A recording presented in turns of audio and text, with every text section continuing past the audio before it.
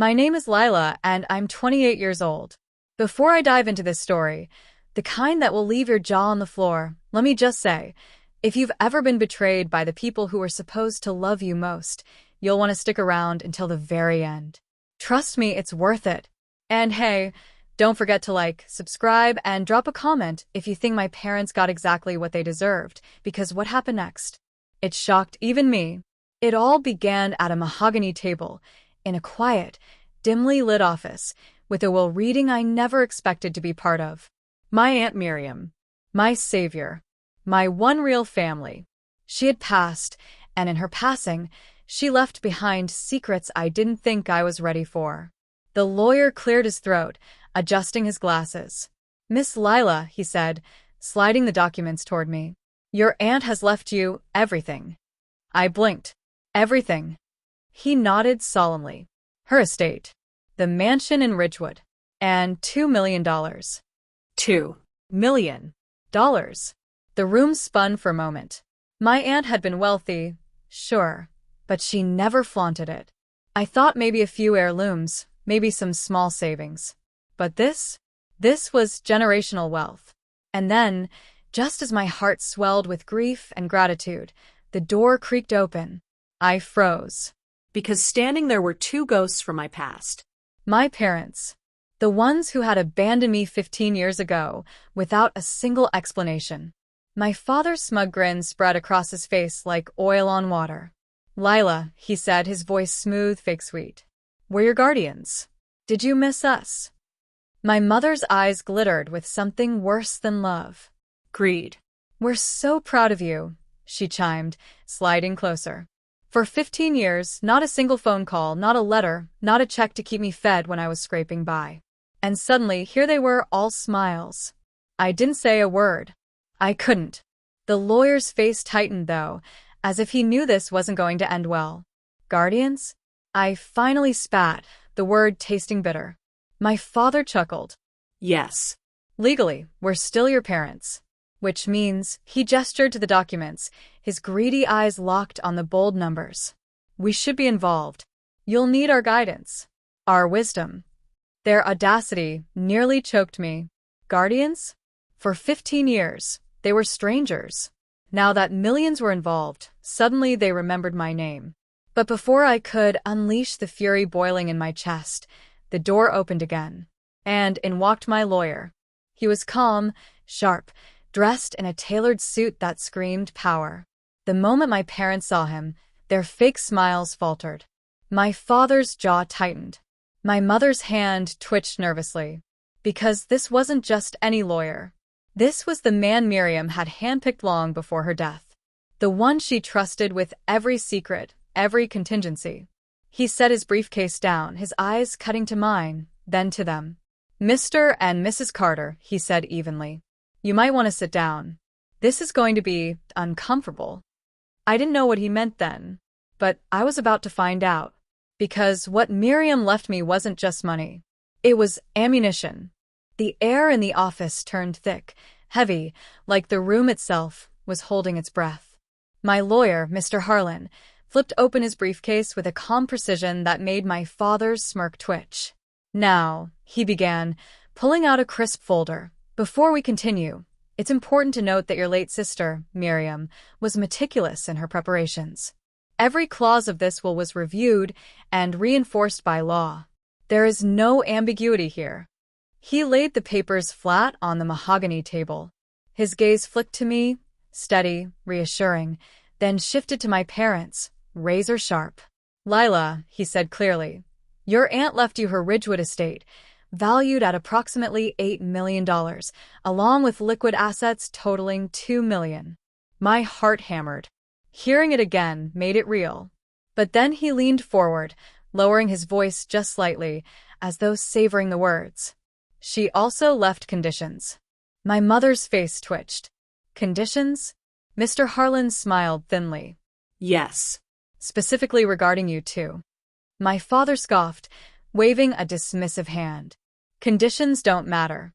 We're her parents. Guardians by law. Which means we make the decisions until..." "Until what?"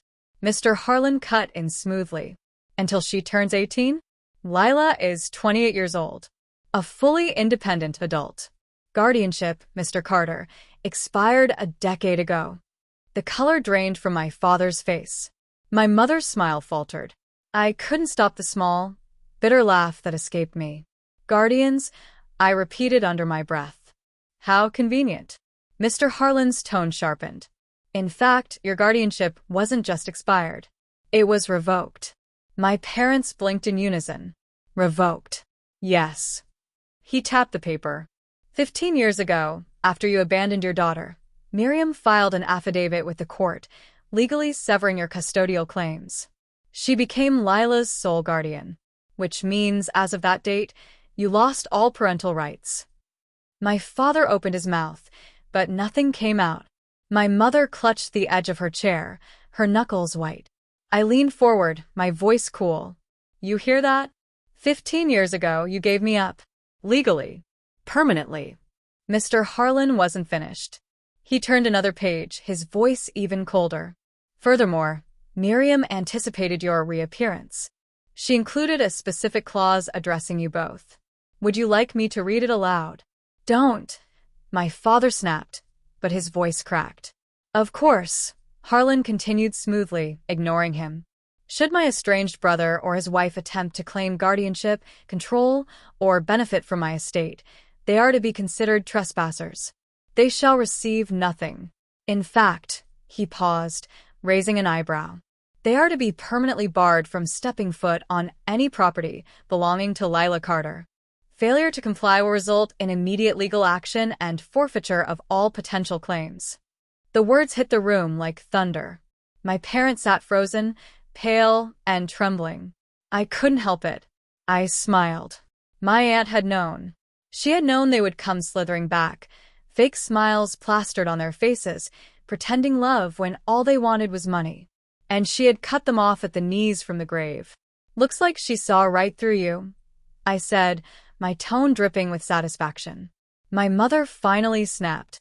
This is absurd. She was vindictive, bitter. She poisoned you against us. Poison me? My voice rose, sharp as glass. You abandoned me. 15 years. Not a single word. Not even a goodbye. Silence. No excuses left.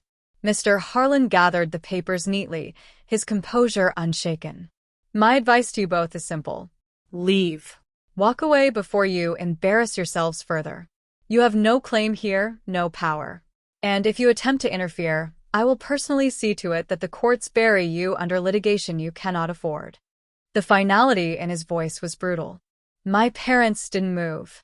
They just sat there, stunned, their grand little performance shattered in seconds. But I wasn't done watching them squirm. Not yet. Because this was just the beginning.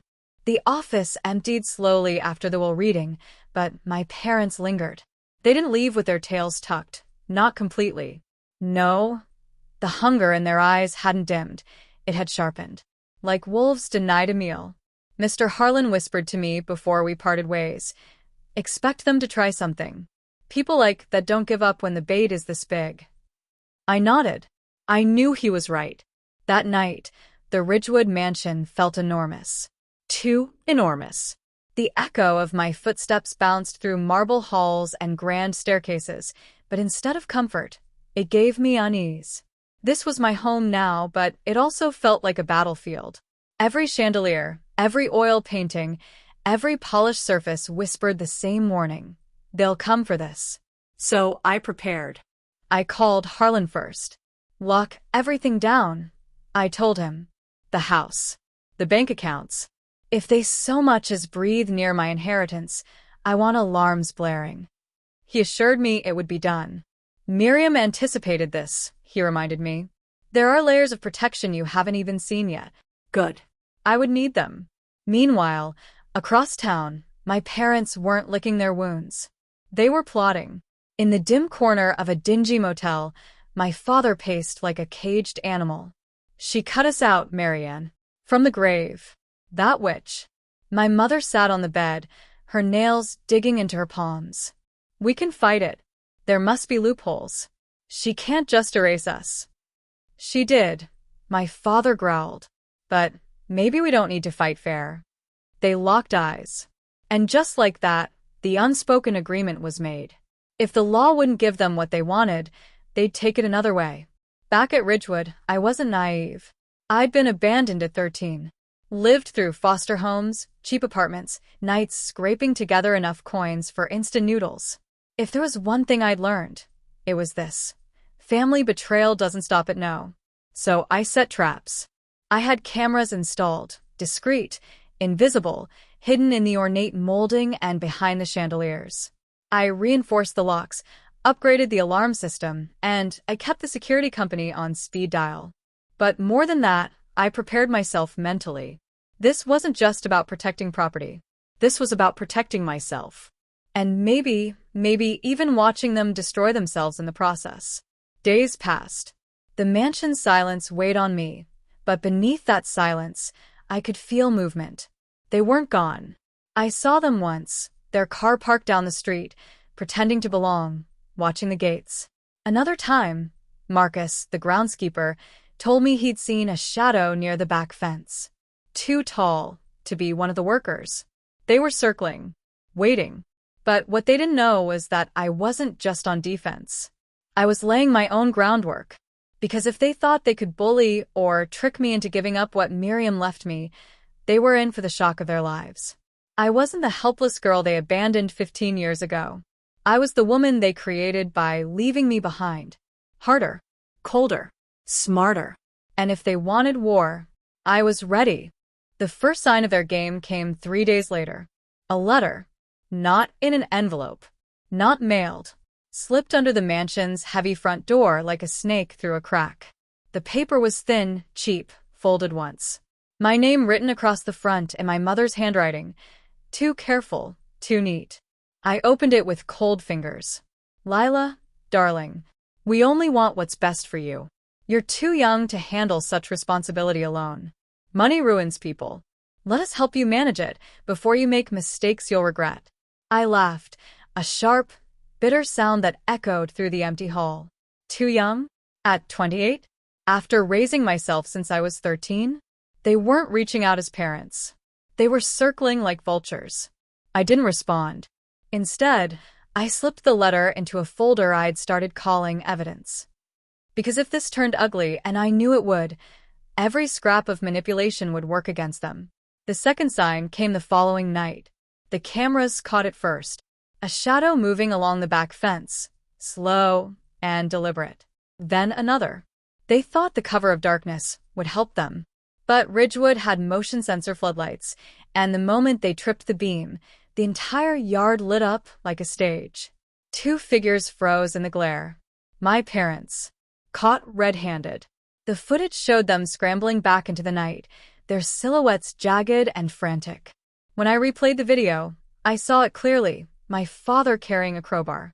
The next morning, I called Harlan. They're escalating, I said, my voice low. I'm not surprised, he replied. People like them don't give up when they're cornered. They lash out. What should I do? He was silent for a moment. Then, we set the stage. Don't just defend yourself, Lila. Anticipate. Use their desperation against them. His words settled into me like steel. Yes. I didn't just want them to fail. I wanted them to destroy themselves trying. So, I planted my own seeds.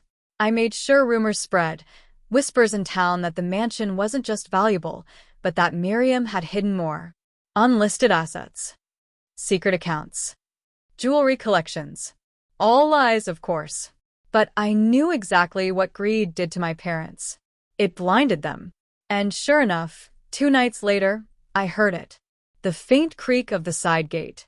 The shuffle of feet on gravel. I didn't move. I sat in the darkened study, watching the camera feeds on my laptop. They were inside the fence this time, moving slowly, whispering to each other. My father's crowbar glinting in the moonlight. I dialed the security company, my voice steady. This is Carter Estate. Code red. Within minutes, sirens pierced the night. Red and blue lights cut through the trees, flooding the grounds. The cameras caught everything. My parents bolting like startled animals, stumbling over roots, my mother nearly falling flat before my father yanked her up. They escaped, but barely. And now there was official documentation. Trespassing. Breaking and entering. Intent to vandalize. Each move they made tightened the noose around their necks. And I was the one pulling it. By the time the police left, I was trembling. Not from fear, but from adrenaline. For the first time in years, I felt something close to control. This wasn't just about survival anymore. It was about justice. And justice was addictive. But deep down, I knew this was only the beginning. They wouldn't stop. Not until I broke them completely. And maybe I wanted them to keep coming. Because every step they took brought them closer to the trap I was building. And when it snapped shut, there would be no escape. They didn't vanish after the sirens. If anything, they came back louder. First, it was the calls. Unknown numbers that left voicemails dripping with false sweetness. Lila, sweetheart, you misunderstood. We weren't breaking in. We were checking to make sure you were safe. This house is so big, you must be lonely. We only want to protect you. Protect me? With a crowbar in the middle of the night? I deleted the message and filed it under evidence. Then came the letters again. Stacked on the front porch in the mailbox, shoved into the fence. Some pleading. We're your parents. You can't cut us out like this. Family is family. Some threatening. Don't think you can keep this from us forever. That money is ours. It was meant for us and you know it. And one so manipulative I almost laughed. Your aunt poisoned you against us. She filled your head with lies. Don't you see, Lila? She wanted to turn you into her puppet. But we can free you. Just let us back in. They weren't just desperate. They were unraveling. But I didn't bite. Instead, I started weaving my own net. Miriam hadn't just left me wealth, she'd left me reputation. Her name was tied to the town, her charity work, her influence. People listened when a Carter spoke. So I began to speak. Casually, of course. A dinner here, a fundraiser there. Smiling politely as I dropped a few words about unwanted intrusions and distant relatives circling like vultures. The looks on people's faces told me enough. Pity for me. Disgust for them. I was crafting the stage. Because humiliation in private would never be enough. I wanted their downfall witnessed. Meanwhile, their desperation found a new outlet. They started leaning on others. First, they charmed the neighbors, knocking on doors, painting themselves as worried parents unfairly pushed aside by a cruel niece. Some people bought it. Others didn't. Then they went lower. They hired a man. A fixer, someone who didn't ask questions. I knew because the cameras caught him. A stranger prowling the property line, scoping the house, testing locks. But what they hadn't realized was that Ridgewood wasn't defenseless anymore. Every door reinforced. Every window alarmed. Every angle under surveillance. So when he tried the cellar door, the sirens howled. By the time he bolted, I had his face captured in crystal clarity. And another file labeled evidence. The next morning, Harlan called me. They're escalating beyond stupidity, he said. Hiring outsiders? They're digging their own grave. Good, I replied. Let them dig deeper. Just don't underestimate them, Lila. Desperation makes people reckless. I smiled to myself. And recklessness makes them sloppy. That night, I sat in Miriam's old study.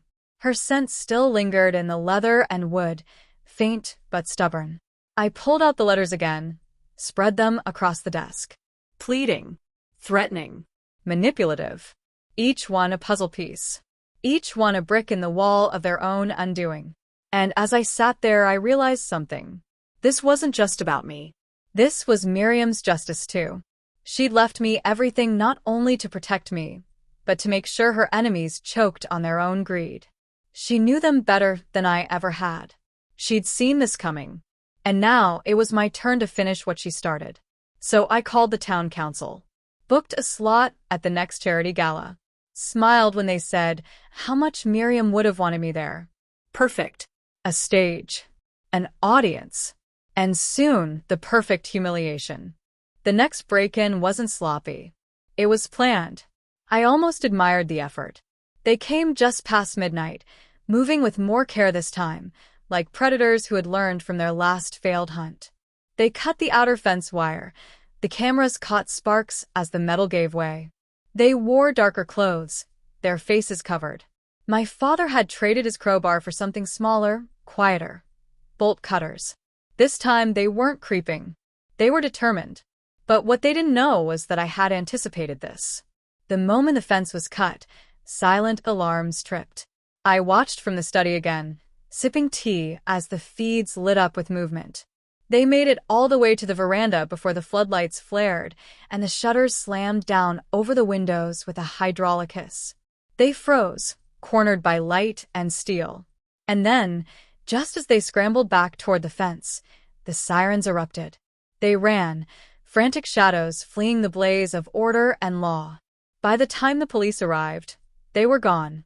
But their trail wasn't clean. Fingerprints on the fence. Footprints in the soil. Their desperation was leaving marks. Marks I would use. The next morning, Harlan was grim. "They're running out of moves," he said. "Each one more reckless than the last." "You know what happens when people like that run out of options, Lila?" I did. "They try to play victim." He nodded. "Exactly." And sure enough, it came. The charity gala. I arrived in a sleek black dress Miriam herself had once worn, her pearl necklace at my throat like armor. The hall was dazzling, chandeliers dripping with light, silver trays gliding through crowds, laughter echoing against marble. This was Miriam's world. My world now. I was greeting the mayor's wife when I heard it, the collective gasp, the whispers rippling like a sudden storm. I turned, and there they were, my parents. Dressed too finely for their means, my mother's smile stretched thin as glass, my father's arm wrapped protectively around her like he was playing a role. They had crashed the gala, and now they were striding toward me. "Lila," my mother cried, voice thick with fake warmth. "Darling, we've been so worried. We only wanted to be with you during this difficult time." Difficult time? The words almost made me laugh. But they didn't stop there. My father raised his voice just enough for the room to hear. "We're still her parents. Families should stand together. That's all we want." The crowd murmured. They thought they could twist the narrative, make me look cold. But they didn't know I had prepared. Because on the projector screens, silent until that very moment, I had arranged for a slideshow of Miriam's charity work to play. Instead, what appeared were clips. Security footage. My parents slinking around the grounds. Cutting fences. Carrying tools. Running from sirens. The room went still. Gasps. Whispers turning sharp. My mother's face drained of color, her mouth opening in a strangled sound. My father's hands clenched into fists. And I only smiled. "Ladies and gentlemen," I said, my voice calm, almost cold, "these are the people who abandoned me 15 years ago. Now, they sneak around my home with crowbars and lies. They claim they want to protect me." I let the words sink in. But the truth is, they only came back when the money appeared. Silence. Then applause. Slow at first, then rolling, thunderous, as the room turned against them. The humiliation was complete. And yet, as I watched my mother's knees weaken, my father's mask crumble, I knew this wasn't over. Not yet. Because breaking their image was one thing. Breaking them completely? That was still to come. The gala was the crack. But what came after, that was the collapse. 2 nights later, the knock came. Soft at first. Then harder. I checked the cameras before I even rose from the chair. It was them. My parents. Standing at the front steps of Ridgewood Mansion, stripped of all their bravado. My mother's hair was a tangled mess, her eyes red and swollen. My father's suit, the same one he'd worn at the gala, was wrinkled, stained, his shoulders hunched like a beaten man. I almost didn't open the door. Almost. But curiosity, that won. I let the lock click and the heavy door groan open. They flinched at the sound, like prisoners bracing for judgment. "Lila," my mother whispered, her voice hoarse. "Please. Please, let us in." I studied them.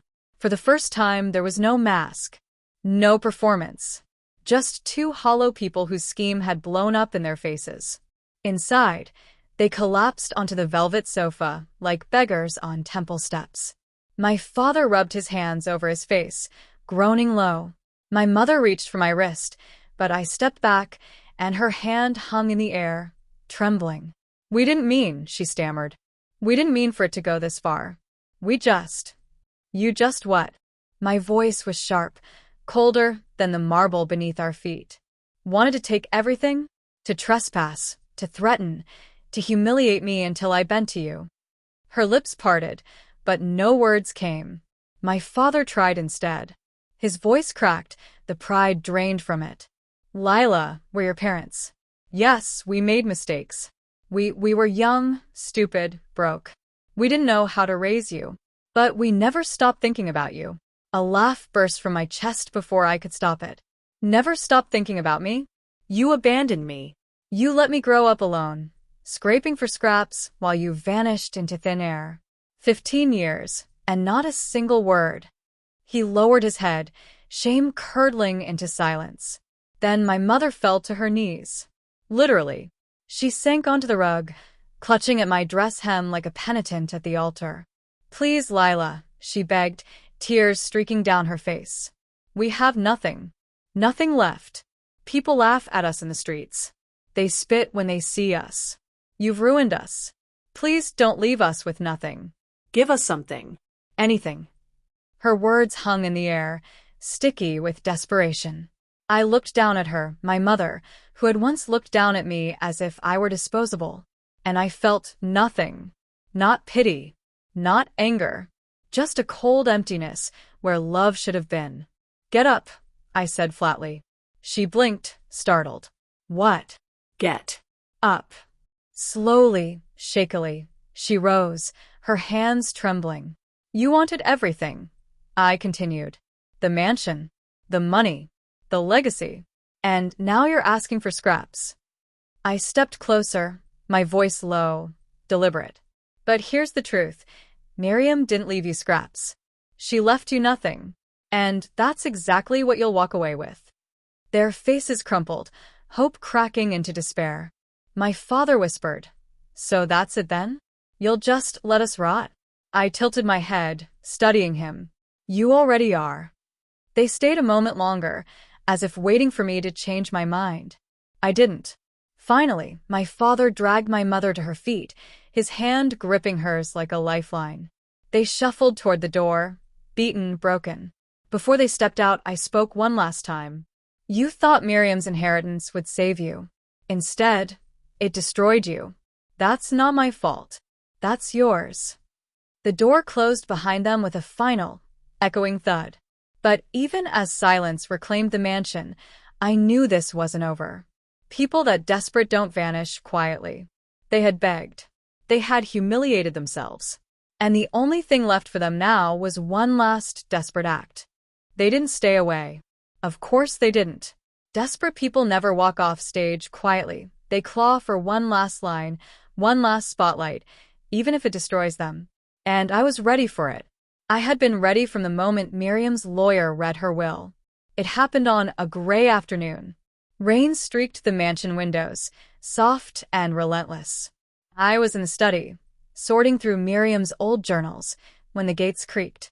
Not the cautious creak of shadows in the night, but the bold, rattling groan of people who no longer cared to hide. I checked the cameras. My parents, soaked from the rain, hollow-eyed, ragged. They weren't trying to sneak anymore. They were storming the gates, hands clutching at the iron like prisoners demanding release. And in that moment I knew. This was it. Their final move. I let them in. The doors swung open, heavy and slow, and they stumbled inside like ghosts. My father's jaw was clenched tight, his eyes blazing with a last spark of defiance.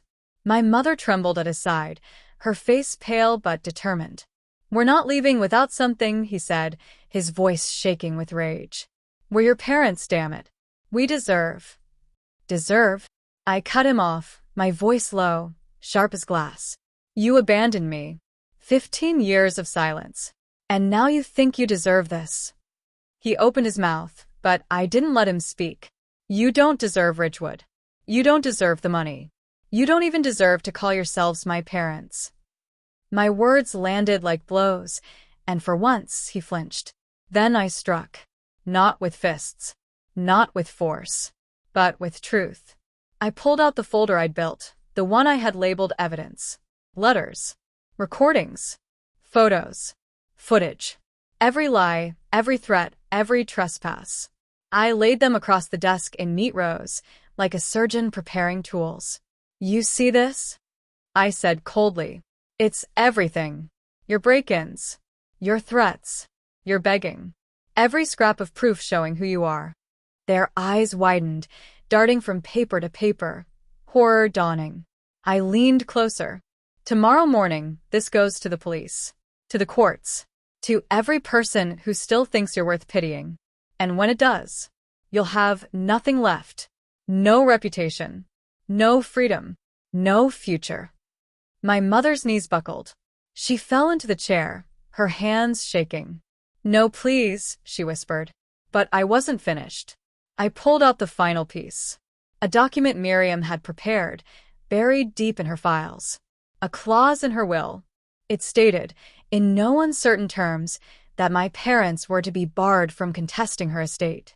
That any attempt would not only fail, but result in legal action that would seize what little they had left. Their debts, their accounts, even their names. I slid it across the desk. This was Miriam's last word on you, I said. She knew you'd come crawling. She prepared for it. And now, thanks to your own stupidity, I have more than enough to bury you with it. My father's face crumpled. The last ember of pride flickered, then died. My mother sobbed into her hands. But I wasn't cruel enough to stop there. No. I had one final twist of the knife. I leaned in close, my voice barely above a whisper. You wanted something from me. Here it is. They looked up, hollow, desperate. My forgiveness? My smile was cold. You'll never have it. My inheritance? You'll never touch it.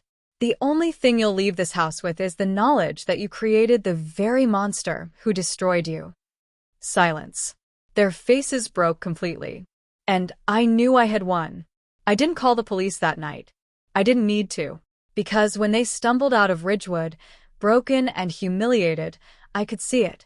The fight was gone. They were empty. And emptiness was the truest punishment of all. Later, as the rain eased and silence settled back over the mansion, I sat alone in the study. For the first time, I felt Miriam's presence not as a weight, but as a hand on my shoulder. She had trusted me to finish what she started. And I had. This was my justice. Cold. Final. Complete. Family, I whispered into the stillness, isn't blood. It's loyalty. And you were never my family. I closed the folder of evidence, tucked it away, and turned out the light. The war was over. And I had won.